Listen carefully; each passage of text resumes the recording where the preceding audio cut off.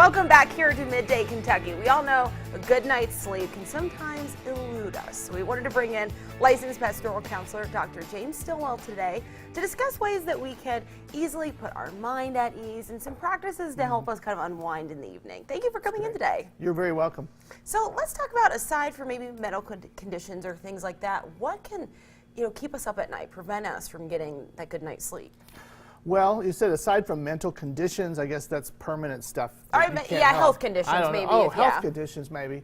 But I think the first thing I wanted to talk about was mental stuff. The mental state. The mental clutter. Okay. The stuff that you can't get off your mind. And so, some of that you can deal with through prayer. Prayer was mentioned in the last segment, Okay. You don't want to just use prayer in your investments. You want to use other information as well. But giving something to God, letting it go, kind of like the serenity prayer, what do I have control of and what do I not have control of, and let it go if I don't have control of it. Okay. That kind of thing. Another thing is to let it go to paper. If I have a full schedule tomorrow, I don't need to lay on the bed and worry about it. I need to get it out of my head and onto paper. I've got, here's my to-do list. I've let it go. I've committed it to paper. Now I can go to sleep. Another aspect of this is relationships. If I have a conflict with someone, my spouse, my partner, someone like that, it's the old rule of don't go to bed angry. But sometimes, how do you do that? Well, you may not be able to resolve the situation 100%, but you can agree on an appointment when we will talk about it. I'm going to let it go for the night. Okay. And we'll talk about it tomorrow. Tomorrow's another day. So is the key to kind of letting some of our anxieties go, pinpointing when we're going to deal with it at another time so that we know it will be handled? A little bit of assurance. You're not lying to yourself. Okay. You're going to handle it at this day, at this time. Okay. I like that tip. Some other things that may help us get a good night's sleep. You said reevaluating our sleep area. Yeah, your personal space. This is part of what they call sleep hygiene. Okay. Get the clutter out of your room. Okay. You don't need all kinds of things that represent work to you that are all around the room. These are projects I need to do at some point in my life. Have a room that just has what you need. Your bed, a lamp. Okay. Not much more, So we should keep the electronics out. Kick the electronics out. Kick out any screens that are distracting, that will get your mind going again, that the light behind that screen will wake you up. Make sure you've got a good mattress. Make sure you've got a pillow that agrees with your head and your neck and your shoulders. Keep the animals and the children out of your room. Oh, okay. Your dog needs his own bed. Your children need their own room. Okay. You need them to have their own space.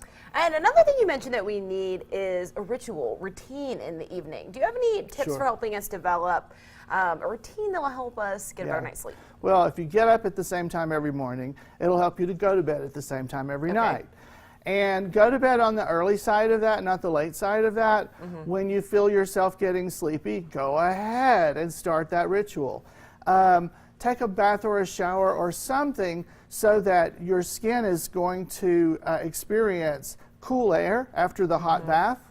Okay. You need cool air to breathe. You'll breathe easier when you're asleep if you have cool air. Keep the temperature below 72 degrees.